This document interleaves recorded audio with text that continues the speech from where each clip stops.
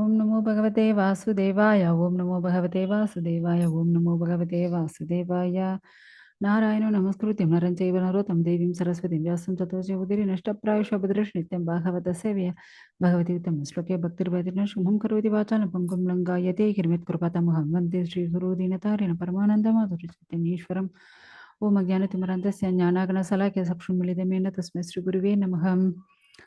ಜಯ ಶ್ರೀಲ ಪ್ರಭುಪಾದ ಜಯ ಶ್ರೀಲ ಗುರುದೇವ್. ಹರೇ ಕೃಷ್ಣ.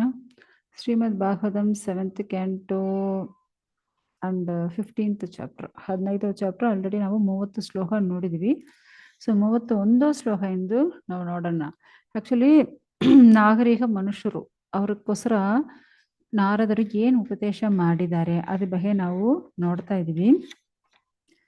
ನಾಗರಿಕ ಮನುಷ್ಯರುಗಳು ಏನ್ ಮಾಡ್ತಾರೆ, ಯಾವ ಥರ ಎಲ್ಲ ಇರಬೇಕು ಅವರು ನಮ್ಗೆ ಉಪದೇಶ ಮಾಡ್ತಾ ಇದ್ದಾರೆ. ಸೊ ಅದು ಅಟ್ಲೀಸ್ಟ್ ನಾವು ಫಾಲೋ ಮಾಡಲೇಬೇಕು. ಸೊ ಏನು ಮಾಡ್ತಾರೆ, ಈ ಥರ ತೀರ್ಥ ಸ್ಥಾನಗಳು ಹೋಗ್ತಾರೆ. ಸೊ ಅಲ್ಲಿ ಹೋಗಿ ಒಂದು ಜಾಗಲ್ಲಿ ಕೂತ್ಕೊಂಡು, ಆ್ಯಕ್ಚುಲಿ ನಾವು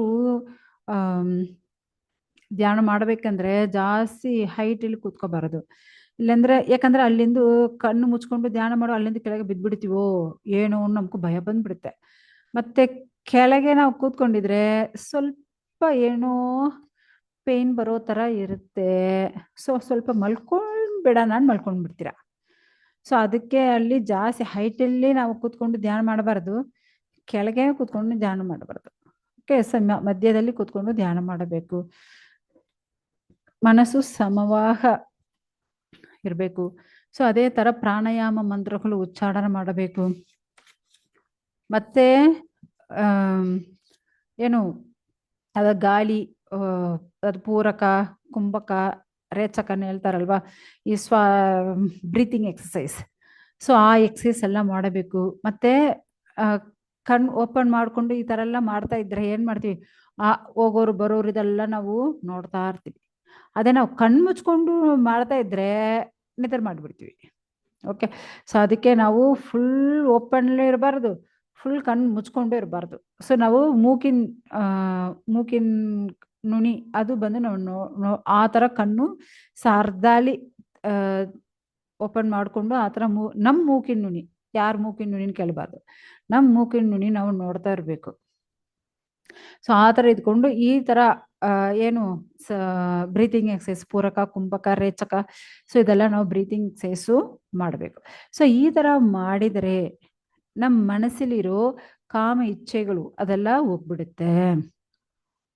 ಓಕೆ, ಸೊ ಅದೇ ಥರ ಸುಖಭೋಗಗಳು, ಯಾಕಂದರೆ ನಮಗೂ ಇಂದ್ರಿಯಗಳು ಅದು ಅನುಭವಿಸ್ಬೇಕು, ಇದು ಅನುಭವಿಸ್ಬೇಕು, ಈ ಥರ ಸುಖಗಳು ಎಲ್ಲಿ ಸುಖ ಸಿಕ್ಕುತ್ತೆ ಆ ಥರ ಓಡಾಡ್ತಾ ಇರುತ್ತೆ.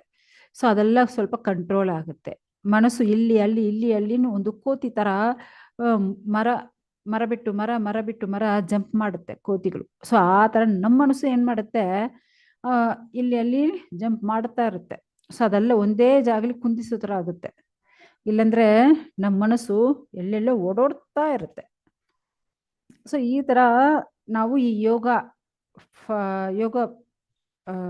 ಈ ರೂಲ್ಸ್ ಆ್ಯಂಡ್ ರೆಗ್ಯುಲೇಷನ್ಸ್ ನಾವು ಫಾಲೋ ಮಾಡಿದರೆ ಒಳ್ಳೆಯದು. ಆ್ಯಕ್ಚುಲಿ ಇವಾಗ ಮನೆ ಒಳಗಡೆ ಎಲ್ಲಿ ಗಾಳಿ ಜಾಸ್ತಿ ಏನಿಲ್ಲ, ಸೊ ಅಲ್ಲಿ ದೀಪ ಹಚ್ಚಿದ್ರೆ ಚೆನ್ನಾಗ ಇರುತ್ತೆ ಇಲ್ವಾ. ಅದೇ ನೀವು ಆಚೆ ದೀಪ ಹಚ್ಚಿ ಅಷ್ಟು ಗಾಳಿ ಅಲ್ಲಿ ಇಲ್ಲಿ ಅಲ್ಲಾಡಿಸುತ್ತೆ ಇಲ್ವಾ. ಸೊ ಆ ಥರ ನಾವು ಈ ಥರ ಯೋಗ ಎಲ್ಲ ಮಾಡಿದರೆ ನಮ್ಮ ಮನಸ್ಸು ಇಲ್ಲಿ ಅಲ್ಲಿ ಓಡಿ ಅಲ್ಲಾಡಿಸೋದಿಲ್ಲ. ಸೊ ಒಂದು ಸ್ಥಿರವಾದ ನಮ್ಮ ಮನಸ್ಸು ಅಷ್ಟು ಪರ್ಫೆಕ್ಟ್ ಆಗಿರುತ್ತೆ. ಓಕೆ, ಸೊ ಆ ದೀಪ ಯಾವ ಥರ ಜ್ವಾಲ ಬರುತ್ತಂದ್ರೆ ಏನು ಹೊಗೆ, ಇವಾಗ ಒಂದೊಂದು ದೀಪ ಹಚ್ಚಿದ್ರೆ ಹೊಗೆ ಜಾಸ್ತಿ ಬರುತ್ತೆ, ಆ ಥರ ಎಲ್ಲ ಇಲ್ಲ, ಚೆನ್ನಾಗ ಅಷ್ಟು ಪರ್ಫೆಕ್ಟಾಗಿ ಬೆಳೆಯುತ್ತೆ ಅದು. ಆ ದೀಪ ಹಚ್ಚೋದು ಅಷ್ಟು ಚೆನ್ನಾಗಿರುತ್ತೆ. ಸೊ ಕಾರಣ ಏನು ಅಂದರೆ ನಾವು ಈ ಯೋಗ ಪರ್ಫೆಕ್ಟ್ ಯಾವ ಥರ ನಾವು ಫಾಲೋ ಮಾಡ್ತೀವೋ ಸೊ ಅದು ಥರ ನಮಗೂ ಫಲ ಸಿಕ್ಕುತ್ತೆ. ಸೊ ಇವಾಗ ನಮ್ಮದು ಭೌತಿಕ ಆಸೆಗಳು, ಭೌತಿಕ ಕಳಂಕಗಳು ಏನೆಲ್ಲ ಇರುತ್ತೋ ಅದೆಲ್ಲ ನಮ್ಗೆ ಬಿಟ್ಟು ಹೋಗುತ್ತೆ. ಅದು ಏನೆಲ್ಲ ವೇಸ್ಟ್ ಥಿಂಗ್ಸು ನಮ್ಮನ್ನ ಬಿಟ್ಟು ಆಚೆ ಹೋಗುತ್ತೆ. ಸೊ ನಮ್ಮ ಮನಸ್ಸು ಒಂದು ಪ್ರಶಾಂತವಾಗಿ ಇರುತ್ತೆ. ಸೊ ಅವಾಗ ನಮ್ಮ ಮನಸ್ಸು ಒಂದು ನಿತ್ಯ ಆನಂದ ಅನುಭವಿಸಕ್ಕ ಆಗುತ್ತೆ. ಸೊ ಈ ತರ ಒಂದೊಂದು ಸ್ಟೆಪ್ ಆಗ ಇದು ಆಗುತ್ತೆ. ಸೊ ಈ ತರ ನಮ್ಮ ಭಕ್ತಿಲಿ ಸ್ವಲ್ಪ ಹೋಗುವಾಗ ಮತ್ತೆ ನಾವು ನಾರ್ಮ್ ಹಳೆಯ ಲೈಫ್ಗೆ ಬರೋದು ಸಾಧ್ಯ ಇಲ್ಲ. ಯಾಕಂದ್ರೆ ಯಾರೊಬ್ಬರು ಸಾಕು ನಮ್ಗೆ ಈ ಭೌತಿಕ ಅಟ್ಯಾಚ್ಮೆಂಟೇ ಬೇಡ, ನಮ್ಗೆ ಇಷ್ಟವೇ ಆಗೋದಿಲ್ಲ ಅನ್ನೋ ಯಾರೊಬ್ಬರು ಇರ್ತಾರೋ, ಒಂದು ಸನ್ಯಾಸಿ ತರ. ಆ ಸನ್ಯಾಸಿಗಳು ಮತ್ತೆ ಅವ್ರ ಸಂಸಾರಕ್ಕೆ ಬರಕ್ಕಾಗುತ್ತಾ? ಆಗಲ್ಲ. ಯಾಕಂದ್ರೆ ಸನ್ಯಾಸಿ ಲೈಫಲ್ಲಿ ಧರ್ಮ ಅರ್ಥ ಕಾಮ ಎಲ್ಲ ಭೌತಿಕ ಆಸೆಗಳು ಅದೆಲ್ಲ ಬೇಡಪ್ಪ ಸ್ವಾಮಿ ಅಂತ ಬಿಟ್ಬಿಡ್ತಾರೆ. ಆಕ್ಚುಲಿ ಅವ್ರಿಗೆ ಬೇಕಾಗಿರೋದೇನು ಆ ಭಗವಂತನ ಒಬ್ಬನೇ. ಆದ್ರೆ ಕೆಲವರು ಸನ್ಯಾಸಿ ಆದ್ಮೇಲ್ಗಡೆ ಮತ್ತೆ ಸಂಸಾರಿ ಆಗ್ಬೇಕು ಅನ್ಕೊಳ್ತಾರಲ್ವಾ, ಅದು ಯಾವ ತರ ಆಗುತ್ತೆ ಗೊತ್ತಾ? ವಾಂತಾಚಿನ್ ಹೇಳ್ತಾರೆ. ಏನಂದ್ರೆ ಅವರು ವಾಮಿಟ್ ಮಾಡ್ಬಿಡ್ತಾರೆ. ಅವರ ವಾಮಿಟಿನ ಅವರೇ ತಿಂದೆ ಯಾವ ತರ ಇರುತ್ತೆ, ಎಷ್ಟು ಗಲೀಜಾಗಿರುತ್ತಲ್ವಾ ನೋಡಕ್ಕೆ. ಅವರೇ ವಾಮಿಟ್ ಮಾಡಿದ್ದು ಅವರೇ ತಿನ್ನುವಾಗ. ಓಕೆ, ಸೊ ಆ ತರ ಆಗುತ್ತಂತೆ. ಸೊ ಆಕ್ಚುಲಿ ನಾಚಿಕೆ ಇರ್ಬೇಕಂತೆ. ಈ ತರ ಸನ್ಯಾಸಿ ತರ ಇರೋರು ಮತ್ತೆ ಸಂಸಾರಿ ಆಗೋದು ಸಾಧ್ಯ ಇಲ್ಲ. ಸೊ ಆ ತರ ಚೇಂಜ್ ಆಗೋ ಇಂಟ್ರೆಸ್ಟ್ ಇರೋಕು ನಾಚಿಕೆ ಬರಬೇಕು ಅಂತ ಹೇಳ್ತಾರೆ. ಯಾರು? ನಾರದ್ರು. ನಾ ಹೇಳಿಲ್ಲ ನೋಡಿ. ಈ ಗುಣಮಯ ಮಾತಾಜ್ ಯಾವಾಗ ಈ ತರವೇ ನಮ್ಗೆ ಇನ್ಸ್ಟ್ರಕ್ಷನ್ ಕೊಡ್ತಾ ಇದ್ದಾರೆ ಹೇಳ್ಬೇಡ. ಇದೆಲ್ಲ ನಾರದ್ರು ಕೊಟ್ಟಿದೆ ಇನ್ಸ್ಟ್ರಕ್ಷನ್, ನೆನಪಿಟ್ಕೊಳ್ಳಿ. ಸೊ ಈ ಶರೀರ, ಯಾರೊಬ್ಬರು ಶರೀರ ತಗೊಳ್ತಾರೋ ಅವರು ಖಂಡಿತ ಒಂದು ದಿನ ಏನ್ ಮಾಡುತ್ತಾರೆ, ಈ ಶರೀರ ಬಿಟ್ಟು ಹೋಗ್ಲೇಬೇಕು. ಶಾಶ್ವತವಾಗಿ ಶರೀರಲ್ಲಿ ಇರಕ್ಕಾಗಲ್ಲ ಇಲ್ವಾ? ಸೊ ಈ ಶರೀರ ಬಿಡಲೇಬೇಕಾಗುತ್ತೆ. ಆ ತರ ಬಿಡುವಾಗ ಏನಾಗ್ತಾರೆ, ಮಣ್ಣೊಳಗಡೆ ಹಾಕ್ತಾರೆ. ಆವಾಗ ಅದು ಕಿರಿಮಿಗಳಾಗುತ್ತೆ. ಮತ್ತೆ ಬೆಂಕಿ ಹಚ್ಬಿಡ್ತಾರೆ, ವಿಭೂದಿ ಆಗುತ್ತೆ. ಇಲ್ಲಾಂದ್ರೆ ಮಿರುಗಗಳು ಪಕ್ಷಿಗಳು ತಿನ್ನುತ್ತೆ, ಆವಾಗ ಅದು ಮಲವಾಗುತ್ತೆ. ಈ ತರ ಈ ತರ ಇರೋ ಶರೀರಕ್ಕೂ ನಾವು ಇಂಪಾರ್ಟೆನ್ಸ್ ಕೊಡಬಾರದು. ಸೊ ಆದ್ರೆ ಇಂಪಾರ್ಟೆನ್ಸ್ ಯಾರು ಕೊಡಬೇಕು? ಆತ್ಮಕ್ಕೆ ಇಂಪಾರ್ಟೆನ್ಸ್ ಕೊಡಬೇಕು. ಸೊ ಸನ್ಯಾಸಿಗಳು ಆಕ್ಚುಲಿ ಯಾವಾಗ ಯಾವ ತರ ಇರಬೇಕು, ಯಾವ ಒಂದು ಅಟ್ಯಾಚ್ಮೆಂಟೇ ಇರಬಾರದು.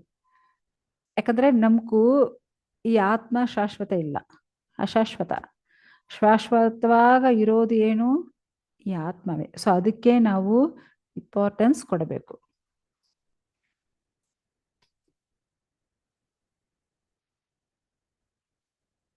ಆದ್ರೆ ಶರೀರ ಇದ್ರೆ ಅಲ್ವಾ ನಾವು ಭಕ್ತಿ ಮಾಡಕ್ಕೆ, ಅಲ್ವಾ? ಸೊ ಈ ಶರೀರನ ನಾವು ಇರೋ ತಕ್ಕ ಚೆನ್ನಾಗಿ ನೋಡ್ಕೋಬೇಕು. ಅದಕ್ಕೂ ಟ್ರೈನ್ ಬರುವಾಗ ಬಿಟ್ಬಿಡೋ ಇಲ್ಲಿ ಹೋಗಿ ಇದು ಶರೀರ ನಮ್ಗೆ ಬೇಕಾಗಿಲ್ಲ ನಿಲ್ಕೊಳ್ಳಕ್ಕಾಗತ್ತಾ? ಇಲ್ಲ. ಲಾರಿ ಬರುವಾಗ ಮುಂದೆ ಹೋಗಿ ನಿಲ್ಲಕ್ಕಾಗತ್ತಾ? ಇಲ್ಲ. ಸೊ ಭಗವಂತ ನಮ್ಗೆ ಈ ಶರೀರ ಕೊಟ್ಟಿದ್ದಾನೆ. ಈ ಶರೀರ ಇಟ್ಕೊಂಡು ಯಾವ ತರ ನಾವು ಭಕ್ತಿ ಸೇವೆ ಮಾಡಬೇಕು, ಯಾವ ತರ ನಾವು ಗುರು ಹೇಳೋದು ಕೇಳಬೇಕು, ಗುರುಗ ಅನುಗ್ರಹವಾಗ ನಾವು ಇರಬೇಕು, ಗುರುಗೆ ಸೇವೆ ಮಾಡಬೇಕು. ಸೊ ಇದೆಲ್ಲ ಮಾಡಬೇಕು. ಸೊ ಈ ಶರೀರ ನಿಮ್ಗೋಸ್ಕರ ಯೂಸ್ ಮಾಡಬೇಡ, ಭಗವಂತನಿಗೋಸ್ಕರ ಯೂಸ್ ಮಾಡ್ಬೋದಲ್ವಾ? ಈ ವೇಸ್ಟೇ ಮಾತಾಜಿ. ಶರೀರ ಅಶಾಶ್ವತ ಅದು ಏನು ಹೇಳಿಲ್ಲ. ಬಟ್ ಈ ಅಶಾಶ್ವತವಾದ ಶರೀರ ಇರೋ ತಕ್ಕ ನಾವೇನ್ ಮಾಡಬೇಕು? ಭಕ್ತಿ ಸೇವೆ ಕೃಷ್ಣನಿಗೋಸ್ಕರ ಕೊಡಬೇಕು. ಕೃಷ್ಣ ಸೇವೆಯಲ್ಲಿ ಮಾಡಬೇಕು.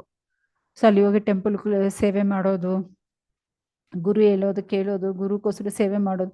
ಸೊ ಈ ತರ ಇರಬೇಕು. ಸೊ ಗೃಹಸ್ಥಾಶ್ರಮದಲ್ಲಿ ಇರೋರು ಏನ್ ಮಾಡ್ತಾರೆ? ಭಗವಂತನಿಗೂ ಸೇವೆ ಮಾಡ್ತಾರೆ. ಆಕ್ಚುಲಿ ಅವರು ಬ್ರಹ್ಮಚಾರಿ ಆಗಿರ್ಲಿ, ಗೃಹಸ್ಥರಾಗಿರ್ಲಿ, ವಾನಪ್ರಸ್ಥವಾಗಿರ್ಲಿ, ಸನ್ಯಾಸಿ ಆಗಿರ್ಲಿ, ಯಾರಾಗಿರ್ಲಿ, ಆದ್ರೆ ಎಲ್ಲರೂ ಆ ದೇವೋತ್ತಮ ಪರಮ ಪುರುಷಗೂ ಸೇವೆ ಮಾಡ್ಲೇಬೇಕಾಗುತ್ತೆ. ನೀವು ಯಾವ ಆಶ್ರಮ ಆಗಿರ್ಲಿ, ಇಲ್ವಾ? ಸೊ ಆ ತರ ಏನ್ ಮಾಡಬೇಕು? ನಾವು ಯಾವಾಗ ಭಗವಂತನಿಗೂ ಸೇವೆ ಮಾಡ್ತಾ ಇರ್ಬೇಕು, ಗುರುಗೂ ಸೇವೆ ಮಾಡ್ತಾ ಇರಬೇಕು. ಸೊ ಅದೇ ತರ ನಾವು ಈ ತರ ಗೃಹಸ್ಥ ಲೈಫಲ್ಲಿ ಇರೋರು ಏನ್ ಮಾಡಬೇಕು? ಬ್ರಹ್ಮಚಾರಿಯಾಗಿ ಇರೋರ್ನೇ ನೋಡ್ಕೋಬೇಕು, ವಾನಪ್ರಸ್ಥರಲ್ಲಿ ಇರೋರ್ನೇ ನೋಡ್ಕೋಬೇಕು, ಸನ್ಯಾಸಾಶ್ರಮಲ್ಲಿ ಇರೋರ್ನೇ ನೋಡ್ಕೋಬೇಕು. ಆದ್ರೆ ಗೃಹಸ್ಥ ಲೈಫಲ್ಲಿ ಇರೋರೇ ಮತ್ತೆ ಇರೋ ಆಶ್ರಮಲ್ಲಿ ಇರೋರ್ನೇ ಟೇಕ್ ಕೇರ್ ಮಾಡ್ಕೋಬೇಕು. ಓಕೆ, ಆದ್ರೆ ಅದೆಲ್ಲ ಬಿಟ್ಟು ನಾವು ಇಂದ್ರಿಯ ಸುಖ ಅನುಭವಿಸೋದೇ ಶ್ರೇಷ್ಠ, ಆ ಥರ ಎಲ್ಲ ಇರಬಾರ್ದು. ಎಲ್ಲಾರ ಹತ್ರ ಯಾವ ಥರ ಇರಬೇಕು? ಯಾರ್ಯಾರಿಗೆ ಏನೇನು ಬೇಕು ಅದದು ಅವರವ್ರಿಗೂ ಕೊಟ್ಟು ಅವ್ರನ್ನೆಲ್ಲರೂ ಚೆನ್ನಾಗಿ ನೋಡ್ಕೊಳ್ಳೋದು ಗೃಹಸ್ಥ ಲೈಫಲ್ಲಿ ಇರೋರು. ಸೊ ಇವಾಗ ಮನುಷ್ಯ ಶರೀರಲ್ಲಿ ಇರೋರು ಆಕ್ಚುಲಿ ಏನ್ ಮಾಡಬೇಕಂದ್ರೆ ಆತ್ಮ ಬಗ್ಗೆ ತಿಳ್ಕೊಬೇಕು, ಪರಮಾತ್ಮ ಬಗ್ಗೆ ತಿಳ್ಕೊಬೇಕು, ಆತ್ಮಕ್ಕೂ ಪರಮಾತ್ಮಕ್ಕೂ ಏನ್ ಸಂಬಂಧ. ಸೊ ಇದೆಲ್ಲ ನಾವು ತಿಳ್ಕೊಬೇಕು. ಸೊ ನಾವು ಏನ್ ಮಾಡಿದ್ರೆ ನಮಗೂ ಈ ಜ್ಞಾನ ಸಿಕ್ಕತ್ತೆ ಅದೆಲ್ಲ ನಾವು ಮಾಡಲೇಬೇಕಾಗುತ್ತೆ. ಸೊ ಅದೇ ತರ ಭೌತಿಕ ಸುಖಭೋಗಗಳನ್ನ ಸ್ವಲ್ಪ ಕಡಿಮೆ ಮಾಡ್ಕೋಬೇಕು. ಆದ್ರೆ ಈ ಶರೀರನೇ ಚೆನ್ನಾಗಿ ನೋಡ್ಕೋಬೇಕು, ಆದ್ರೆ ಭೌತಿಕ ಸುಖಭೋಗಗಳನ್ನ ಸ್ವಲ್ಪ ಕಡಿಮೆ ಮಾಡ್ಕೋಬೇಕು. ಅದೇ ದುರಾಸೆ ಇರಬಾರ್ದು, ಅದೆಲ್ಲ ತಪ್ಪಾಗುತ್ತೆ. ದುರಾಸೆ ಇರಬಾರದು. ಇವಾಗ ಆಕ್ಚುಲಿ ಆಧ್ಯಾತ್ಮಿಕಲ್ಲಿ ಇರೋರು ಈ ಶರೀರನೇ ಒಂದು ರಥ ಅಂತ ಹೇಳ್ತಾರೆ. ಈ ಶರೀರ ಏನು? ಒಂದು ರಥ. ಓಕೆ, ನಮ್ ಇಂದ್ರಿಯಗಳೇ ಏನು? ಕುದುರೆಗಳಂತೆ. ಆ ಇಂದ್ರಿಯಗಳು ಯಜಮಾನರು ಯಾರಂದ್ರೆ ಮನಸ್ಸು, ಅದೇ ಏನು? ಲಗಾನ್. ಓಕೆ, ಕಡಿವಾಳ ಅಂತ ಹೇಳ್ತಾರೆ, ಲಗಾನ್ ಅದು. ಸೊ ಈ ತರ ನಮ್ಮ ಬುದ್ಧಿಯ ಏನು ಅಲ್ಲಿ ಇರೋ ಸಾರಥಿಯಾಗಿರುತ್ತೆ. ಈ ಶರೀರ ಪೂರ್ತಿ ಇರೋದು ಏನು? ನಮ್ ಕಾನ್ಶಿಯಸ್. ಓಕೆ, ಸೊ ನಮ್ ಭೌತಿಕವಾಗಿ ಇರೋ ವಿಷಯಗಳು ಎಲ್ಲ ನಮ್ಗೂ ಈ ರಥದಲ್ಲಿ ಇವಾಗ ಹೇಳ್ಕೊಡ್ತಾ ಇದ್ದಾರೆ. ಆಕ್ಚುಲಿ ನಮ್ ಶರೀರಲ್ಲಿ ಸರ್ಟನ್ ಟೈಪ್ಸ್ ಆಫ್ ಗಾಳಿ ಇರುತ್ತೆ. ಸೊ ಅದೆಲ್ಲ ಏನಂತೆ ಈ ಚಕ್ರಗಳಲ್ಲಿ ಇಲ್ಲಿರೋದೇ ಅಲ್ವಾ, ಚಕ್ರಗಳಲ್ಲಿರೋ ಸ್ಪೋಕ್ಸ್. ಓಕೆ, ಸ್ಪೋಕ್ಸ್ ಅಂತೆ, ಚಕ್ರಲ್ಲಿರೋ ಸ್ಪೋಕ್ಸ್. ಅದೇ ಏನು? ಈ 10 ಟೈಪ್ಸ್ ಆಫ್ ಗಾಳಿ. ಏನದು? ಪ್ರಾಣ, ಅಪಾನ, ಸಮಾನ, ವ್ಯಾನ, ಉದಾನ, ನಾಗ, ಕೂರ್ಮ, ಕೃಕಲಂ, ವೇದದತ್ತಂ, ಧನಂಜಯಂ. ಸೊ ಈ 10 ಟೈಪ್ಸ್ ಆಫ್ ಗಾಳಿಗಳು. ಓಕೆ, ಅದೇ ಅಲ್ಲಿರೋ ಸ್ಪೋಕ್ಸ್ ಅಂತೆ. ಸೊ ಅದೇ ತರ ಈ ಚಕ್ರಗಳಿಗೂ ಮೇಲ್ಗಡೆ ಹೋಗಿ ಕೆಳಗೆ ಬಂದು ಈ ತರ ಸುತ್ತುತ್ತಲ್ವಾ, ಅದೇ ಏನು? ಧರ್ಮ, ಅಧರ್ಮ. ಓಕೆ, ಸೊ ಆ ತರ. ಸೊ ಅದೇ ತರ ಈ ಶರೀರವೇ ಏನು? ನಮ್ ಶರೀರವೇ. ಅದೇ ತರ ವೇದ ಮಂತ್ರಗಳು ಪ್ರಣವ ವಿಲ್ಲಾಗುತ್ತೆ. ಮತ್ತೆ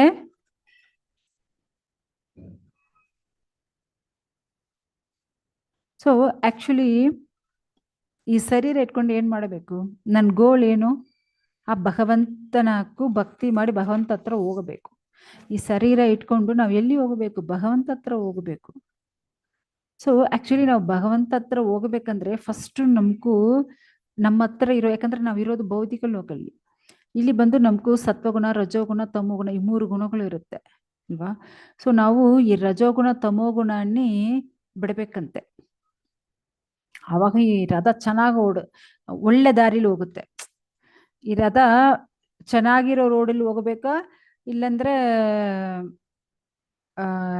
ಚೆನ್ನಾಗ ರೋಡೇ ಚೆನ್ನಾಗಿಲ್ಲ ಆ ತರ ಕಷ್ಟ ಅನುಭವಿಸ್ಬೇಕಂದ್ರೆ, ಚೆನ್ನಾಗಿರೋ ರೋಡಲ್ಲಿ ಹೋಗ್ಬೇಕಂದ್ರೆ ನಾವು ಏನ್ 2 ಬಿಡಬೇಕು? ರಜೋಗುಣ ತಮೋಗುಣ ಬಿಡಬೇಕಂತೆ. ಯಾಕಂದ್ರೆ ಅದೆಲ್ಲ ನಮ್ ಶರೀರಲ್ಲಿರೋ ಕಲ್ಮಶಗಳಂತೆ. ಏನೇನು?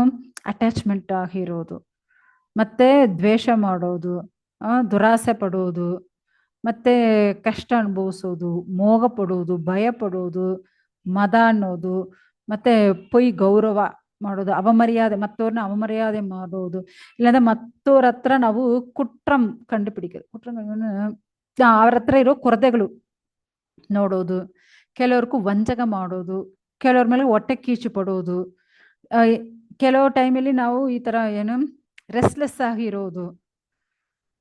ಮತ್ತೆ ಈ ತರ ತಮೋ ಗುಣಲ್ಲಿ ತೀವ್ರ ಗುಣ, ಸೊ ಆ ತರ ಇರೋದು, ಇಲ್ಲಾಂದ್ರೆ ಕನ್ಫ್ಯೂಸ್ ಆಗೋದು, ಇಲ್ಲಾಂದ್ರೆ ಅಸೂಯೆ, ಆಮ್, ತಾಗ, ಸೊ ಈ ತರ ಜಾಸ್ತಿ ಮಾಡೋದು. ಸೊ ಈ ತರ ಎಲ್ಲ ಗುಣಗಳು ಏನಾಗುತ್ತಂತೆ, ಆ ಜಾಗದಲ್ಲಿ ಸತ್ವಗುಣವೇ ಬರೋದಿಲ್ಲ. ಫಸ್ಟು ಈ ಕಲ್ಮಶಗಳು ಇದೆಲ್ಲ ಹೋಗ್ಬೇಕಂತೆ, ಇದೆಲ್ಲ ಕಲ್ಮಶಗಳು. ಇವಾಗ ನಾವು ಹೇಳಿದೆಲ್ಲ ಏನು ಕಲ್ಮಶಗಳಂತೆ. ಈ ಕಲ್ಮಶಗಳೆಲ್ಲ ನಮ್ಮನ್ನ ಬಿಟ್ಟು ಹೋದ್ರೆ ಮಾತ್ರ ನಾವು ಸತ್ವಗುಣಲ್ಲಿ ಬರಕ್ಕಾಗುತ್ತೆ. ಸೊ ಈ ತರ ನಾವು ಈ ಜಡ ಶರೀರ ಇಂಪಾರ್ಟೆಂಟ್ ಇಲ್ಲ, ನಮಗೂ ಮೇಲ್ಗಡೆ ಒಬ್ಬರು ಇರ್ತಾರೆ. ಯಾರವರು? ನಮ್ಮ ಆಧ್ಯಾತ್ಮಿಕ ಗುರು. ಸೊ ನಮ್ಮ ಆಧ್ಯಾತ್ಮಿಕ ಗುರು ಯಾರ ಪಾದಾನಿ ಇಟ್ಕೋಬೇಕು ಅಂತ ಹೇಳ್ತಾರೆ? ಆ ದೇವೋತ್ತಮ ಪರಮ ಪುರುಷನು. ಸೊ ಆ ಭಗವಂತನ ಪಾದ ನಾವು ಇಟ್ಕೋಬೇಕಂದ್ರೆ ಫಸ್ಟ್ ನಮ್ಗೆ ಏನ್ ಬೇಕು? ಏನ್ ಬರಬೇಕು? ಫಸ್ಟ್ ನಮ್ಗೆ ಭಕ್ತಿ ಬರ್ಬೇಕು, ಕರುಣೆ ಬರ್ಬೇಕು. ಆ ಗುರು ಕರುಣೆಯಿಂದ ಭಗವಂತನ ನಮಗೂ ಹೇಳ್ಕೊಡ್ತಾರೆ. ಸೊ ಅದು ನಾವು ಫಾಲೋ ಮಾಡಬೇಕು. ಫಾಲೋ ಮಾಡಿಲ್ಲ ಅಂದ್ರೆ ಏನಾಗುತ್ತೆ? ಸೊ ಭಗವಂತ ಕರುಣೆ ತೋರಿಸ್ತಾ ಇದ್ದಾರೆ, ಆದ್ರೆ ನಾವು ಇಟ್ಕೋಬೇಕಲ್ವಾ? ಹ್ಮ್ ಇಟ್ಕೋಕೆ ನಂಗೆ ಇಷ್ಟ ಇಲ್ಲ, ಅಹಂಕಾರದಿಂದ ಬಿಡ್ಬಿಡ್ತೀವಿ. ಅದು ಆ ಅವನ ಬಗ್ಗೆ ಅವನೇ ಹೊಗಳ್ಕೊಳ್ತಾನೆ. ಓ ನನ್ನ ಜಾತಿ ಹತ್ರ, ನನ್ನ ಸಂಬತ್ತು ಈ ತರ ಇರುತ್ತೆ, ನಾವ್ ಇದು. ಸೊ ಈ ತರ ಹೇಳಿದ್ರೆ ಭಕ್ತಿ ಬರಲ್ಲ. ನಾವು ಆ ತರ ಏನಿಲ್ಲ ಸ್ವಾಮಿ. ಯಾಕಂದ್ರೆ ನಾವು ಹೋಗುವಾಗ ಈ ಶರೀರನೇ ನಾವು ಬಿಟ್ಬಿಟ್ಟು ಹೋಗ್ಬೇಕು. ಯಾಕಂದ್ರೆ ನಾವು ಭಗವಂತ ಲೋಕ ಹೋಗಿದ್ರೇನೆ ನಾವು ಈ ಶರೀರ ಬಿಟ್ಟು ಆಧ್ಯಾತ್ಮಿಕ ಶರೀರ ತಗೊಂಡು ಹೋಗ್ಬೇಕು. ಸ್ವರ್ಗಕ್ಕೆ ಹೋಗ್ಬೇಕಂದ್ರೆ ಈ ಶರೀರ ಬಿಟ್ಟು ಅಲ್ಲಿ ಒಂದು ಒಳ್ಳೆ ಅನುಭವಿಸು ಶರೀರ ಕೊಡ್ತಾರೆ. ಅದೇ ನರಕಕ್ಕೆ ಹೋಗ್ಬೇಕಂದ್ರೆ ಈ ಶರೀರ ಇಲ್ಲೇ ಬಿಟ್ಬಿಟ್ಟು ಅಲ್ಲಿ ಹೋಗಿ ವೆರಿ ಸ್ಟ್ರಾಂಗ್ ಶರೀರ ಕೊಡ್ತಾರೆ. ಸೊ ಯಾಕಂದ್ರೆ ಅವರು ಅಲ್ಲಿ ಹೊಡಿಯೋದು ಅದು ಅಷ್ಟೊಂದು ಪರ್ಫೆಕ್ಟ್ ಆಗ ಶರೀರ ಇದ್ರೆ ಅಲ್ವಾ, ಅವ್ರು ಎಷ್ಟು ಹೊಡೆದಿದ್ರೆ ಆ ಶರೀರಕ್ಕೆ ಏನಾಗಲ್ಲ, ಆ ತರ ಶರೀರ ಕೊಡ್ತಾರೆ. ನೋಡ್ಕೊಳ್ಳಿ, ನಾವು ಏನ್ ಮಾಡಿದ್ರೆ ಈ ಶರೀರ ಇಲ್ಲಿ ಬಿಡ್ಲೇಬೇಕಾಗುತ್ತೆ. ಆದ್ರೆ ಈ ಶರೀರ ಬಿಟ್ಟು ನಾವು ಭಗವಂತ ಲೋಕ ಹೋಗಬೇಕು. ಸೊ ನೀವು ಭಗವಂತ ಲೋಕ ಹೋಗಬೇಕಂದ್ರೆ ಒಂದೇ ವಿಷಯ ಭಗವಂತ ಹೇಳ್ಬಿಟ್ಟಿದ್ದಾರೆ. ಆಕ್ಚುಲಿ ಈ ಮನುಷ್ಯ ಶರೀರ ಒಂದು ಬೋಟ್ ತರ ಅಂತೆ. ಯಾಕಂದ್ರೆ ಈ ಅಜ್ಞಾನ ಸಮುದ್ರನಿ ನಾವು ಈ ಸೈಡಿಂದ ಆ ಸೈಡ್ ಹೋಗ್ಬೇಕಂದ್ರೆ ನಾವು ಯಾರನ್ನ ಇಟ್ಕೋಬೇಕಂತೆ? ಗುರುನ ಇಟ್ಕೋಬೇಕಂದ್ರೆ ಗುರು ಕರ್ಣಾಧಾರಂ. ಆ ಗುರು ಕರುಣೆ ಇದ್ರೆ ಮಾತ್ರ ಆ ಕೃಷ್ಣನ ಉಪದೇಶ ನಮ್ಗೆ ಕೊಡ್ತಾರಂತೆ. ಆ ಉಪದೇಶ ಕೇಳಿದ್ರೆ ನಾವು ಅಜ್ಞಾನ ಇಂದು ಈ ಸೈಡಿಂದ ಆ ಸೈಡ್ ನಾವು ಹೋಗಕ್ಕಾಗತ್ತೆ. ಜನ್ಮ ಕರ್ಮ ಚ ಮೇ ದಿವ್ಯಂ ಏವಂ ಯೋ ವೇತಿ ತತ್ವತಃ ತ್ಯಕ್ತ ದೇಹಂ ಪುನರ್ಜನ್ಮ ನೈತಿ ಮಾಂ ಏತಿ ಸು ಅರ್ಜುನ. ಸೊ ಭಗವಂತನ ನಾಮ ರೂಪ ಗುಣ ಲೀಲೆಗಳು ಶ್ರೇಷ್ಠವಾದರು. ಸೊ ಭಗವಂತನ ಲೀಲೆ ಕೇಳಬೇಕು. ಭಗವಂತ ಹುಟ್ಟಿದಾನೆ, ಈ ತರ ಲೀಲೆ ಮಾಡಿದಾನೆ, ಗುರು ನಮ್ಗೆ ಹೇಳಿ ಕೊಡ್ತಾರೆ. ಅದರೆಲ್ಲ ಪೂರ್ಣ ವಿಶ್ವಾಸ ಇರಬೇಕು, ನಂಬಬೇಕು. ಅವ್ರು ಏನ್ ಹೇಳ್ಕೊಡ್ತಾರೋ ಅದನ್ ಮೇಲ್ಗಡೆ ನಮಗೂ ಅಷ್ಟು ಒಂದು ಏನು ನಂಬಿಕೆ ಇರಬೇಕು. ಸೊ ನಂಬಿಕೆ ಇಟ್ಟಿಲ್ಲ ಅಂದ್ರೆ ಏನೇ ಆಗಲ್ಲ. ಯಾಕಂದ್ರೆ ಇವಾಗ ಗಂಗಾ ನೀರು ಇರುತ್ತೆ, ಇದು ಭಗವಂತನ ಪಾದ ಇಂದು ಬಂದಿರೋ ನೀರು ಅನ್ಕೊಂಡು ನಾವು ಸ್ನಾನ ಮಾಡಿದರೆ ನಮಗೂ ಮೋಕ್ಷ ಸಿಕ್ಕುತ್ತೆ. ಅದೇ ಆ ಗಂಗಾ ನೀರಲ್ಲಿ ಎಷ್ಟು ಮೀನುಗಳಿರುತ್ತೆ, ಅದೆಲ್ಲ ಮೋಕ್ಷಕ್ಕೆ ಹೋಗುತ್ತಾ ಏನೋ? ಇಲ್ಲ. ಯಾಕಂದ್ರೆ ಅಷ್ಟು ಪ್ರಜ್ಞೆ ಅದಕ್ಕಿಲ್ಲ. ಆ ತರ ಪ್ರಜ್ಞೆ ಭಗವಂತನ ನೆನೆಸ್ಕೊಂಡು ಆ ಪ್ರಜ್ಞೆ ಕೃಷ್ಣನ್ ಮೇಲ್ಗಡೆ ಪ್ರಜ್ಞೆ ಇದ್ರೆ ಮಾತ್ರ ಒಳ್ಳೇದಾಗುತ್ತೆ. ಯಾಕಂದ್ರೆ ಯಾವಾಗ ನಾವು ಅಚ್ಚುದ ಯಾರು ಆ ಕೃಷ್ಣನ್ನಿ, ಆ ಬಲದೇವನ್ನಿ ನಾವು ಯಾವಾಗ ಶರಣಾಗತರ ಆಗ್ಬೇಕು. ಇಲ್ಲ ಅಂದ್ರೆ ಅಷ್ಟೇ. ನಮ್ ಆ ಇಂದ್ರಿಯಗಳಾಗಿರೋ ಕುದುರೆಗಳು ಇರುತ್ತೆ, ಸಾರದಿನ್ನೋ ಬುದ್ಧಿ ಇರುತ್ತೆ, ಎಲ್ಲ ಇರುತ್ತೆ. ಆದ್ರೆ ಇದು ಎಲ್ಲ ನಾವೇನ್ ಮಾಡ್ಬೇಕು? ಭಗವಂತನಕ್ಕೆ ಒಪ್ಪಿಸ್ಬೇಕಂದ್ರೆ ಭಗವಂತನ ನೋಡ್ಬೇಕು ಅನ್ನೋ ಆ ಇಚ್ಛೆ ಇರ್ಬೇಕು. ಅದೇ ಬಿಟ್ಟು ಊಟ ಮಾಡೋದು, ನಿದ್ರೆ ಮಾಡೋದು, ಇಂದ್ರಿಯ ಸುಖ ಅನುಭವಿಸೋದು, ರಕ್ಷಿಸ್ಕೊಳ್ಳೋದು. ಸೊ ಈ ತರ ಆಹಾರ ನಿತ್ರ ಭಯ ಮೈಥುನ. ಸೊ ಇದು ಒಳಗಡೆ ನಾವು ಸಿಕ್ಕಾಕೊಂಡಿದ್ರೆ ಭಗವಂತ ಹತ್ರ ಹೋಗಿ ಭಗವಂತನ ನೋಡಕ್ ಆಗಲ್ಲ. ಸೊ ಏನೊಂದು ಪ್ರಶ್ನೆ ಬರಲಿ, ಭಗವಂತ ನಾವು ನಿಮ್ನ ಬಿಡಲ್ಲ. ಎಲ್ಲಿ ಯಾವುದೇ ನಮ್ನಿ ಏನ್ ಮಾಡಿದ್ರೆ ನಾವು ನಿಮ್ನ ಬಿಡಲ್ಲ. ಆ ತರ ಭಗವಂತನ ಪಾದನೆ ನಾವು ಟೈಟ್ ಆಗಿ ಇಟ್ಕೋಬೇಕಂತೆ. ಆಕ್ಚುಲಿ ವೇದ ಪ್ರಕಾರ ಪ್ರವೃತ್ತಿ ಮಾರ್ಗ ನಿವೃತ್ತಿ ಮಾರ್ಗನು 2 ದಾರಿಗಳಿರುತ್ತೆ. ಪ್ರವೃತ್ತಿ ಮಾರ್ಗ ಅಂದ್ರೆ ನಾವು ಮತ್ತೆ ಮತ್ತೆ ಭೌತಿಕ ಸುಖಭೋಗಗಳು, ಐಶ್ವರ್ಯ, ಸಂಪತ್ತು ಆ ತರ ನಾವು ಬೆಳ್ಕೊಂಡು ಅದಾದ ಮೇಲ್ಗಡೆ ಹೋಗಕ್ಕಾಗತ್ತೆ ಆ ದಾರಿ. ಓಕೆ, ಪ್ರವೃತ್ತಿ ಮಾರ್ಗ.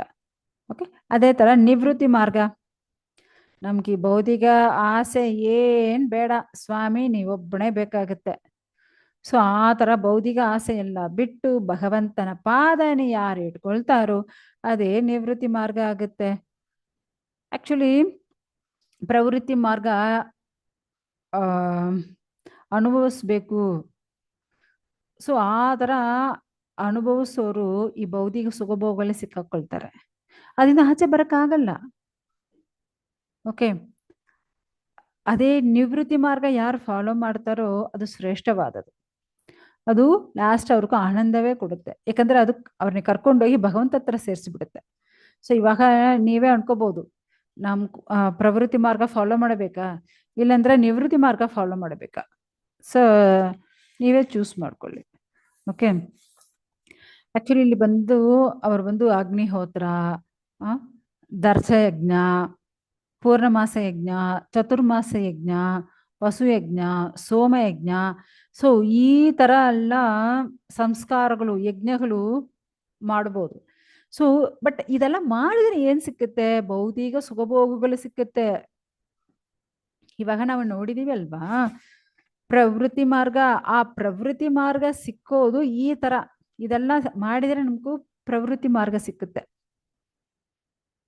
ಓಕೆ, ಸೊ ಆ ತರ, ಯಾಕಂದ್ರೆ ಈ ಭೌತಿಕ ಸುಖಭೋಗಗಳು ಏನೆಲ್ಲ ನೀವು ಕೇಳ್ತಾ ಇದ್ರೋ ಎಲ್ಲ ಸಿಕ್ಕುತ್ತೆ.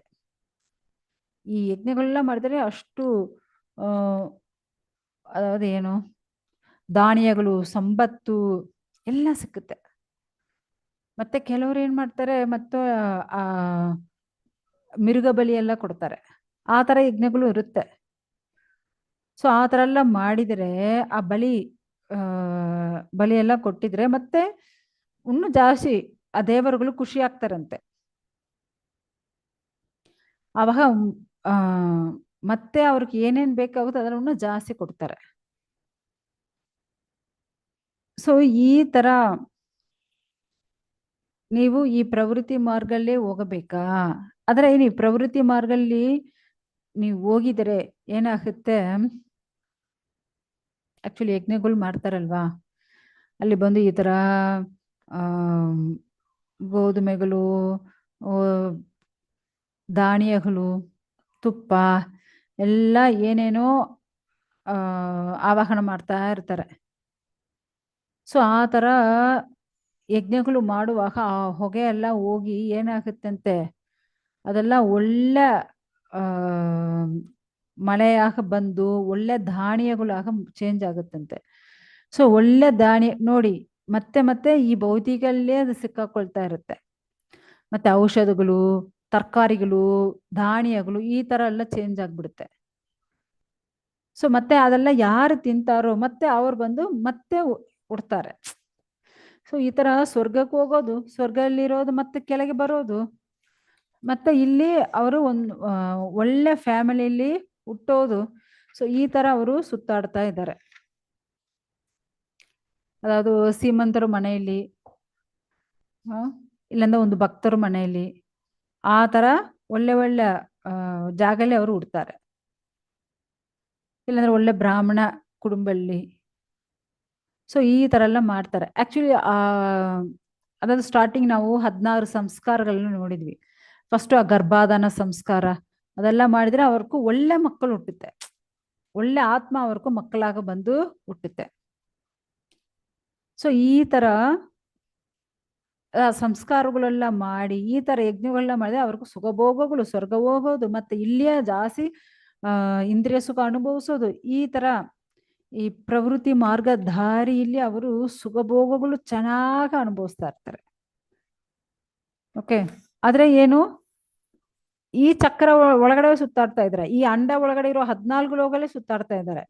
ಈ ಅಂಡ ಬಿಟ್ಟು ಆಚೆ ಹೋಗಕ್ಕೆ ಆಗಲ್ಲ, ಅದು ಇಲ್ಲಿ ಹೇಳ್ಬಿಡ್ತೀನಿ. ಇಷ್ಟು ಸಿಕ್ಕಿದೆ ಸಿಕ್ಕಿದೆ, ಆದ್ರೆ ಅದೇ ಬಿಟ್ಟು ಆಚೆ ಹೋಗಕ್ಕಾಗಲ್ಲ. ಯಾವಾಗ ನಾವು ಆಚೆ ಹೋಗಕ್ಕಾಗುತ್ತೆ, ನಾವು ಈ ಭೌತಿಕ ಸುಖಭೋಗಗಳು ಬೇಡ, ಭಗವಂತ ನೀವೊಬ್ಬನೇ ಬೇಕು, ಬೇರೇನ್ ಸಂಜಲ ಬೇಡ, ಮನಸ್ಸಿನ ಕಂಟ್ರೋಲ್ ಮಾಡಬೇಕು, ಭಗವಂತ ನಿನ್ಗೆ ನಾವು ಅರ್ಪಣೆ ಮಾಡ್ತೀವಿ, ನಾವಿರೋದೇ ನಿಮ್ಗೋಸ್ಕರ, ಆ ತರ ಎದುರು ನೋಡಬಾರ್ದು, ಯಾವೊಂದು ಫಲ ಎದುರು ನೋಡಬಾರ್ದು, ಅದೆಲ್ಲ ಬಿಟ್ಟು ಭಗವಂತನ್ನೇ ಗದಿ. ಆ ತರ ಯಾರೊಬ್ಬರು ಮಾಡ್ತಾರೋ, ಸರ್ವಧರ್ಮಾನ್ ಪರಿತ್ಯಜ್ಯ ಮಾಮ್ಯೇಹಂ ಶರಣಂ ವ್ರಜ ಅಹಂ ತಂ ಸರ್ವಾಪ್ಯ ಮೋಕ್ಷಯಿಷ್ಯಾಮಿ ಮಾ ಶುಚಃ. ಸೊ ಆ ತರ ಎಲ್ಲಾನು ಬಿಟ್ಟು ಭಗವಂತ ನೀವೇ ಗತಿ ಸ್ವಾಮಿ, ಆ ತರ ಭಗವಂತನ ಇಟ್ಕೋಬೇಕು. ಯಾವಾಗ ಭಗವಂತನ ನಾಮಸ್ಮರಣ ಮಾಡಬೇಕು. ಹರೇರ್ ನಾಮ ಹರೇ ನಾಮ ಇವ ಕೇವಲಂ ಕಲವು ನಾಸ್ತೇವ ಕದಿರನ್ಯತಾ.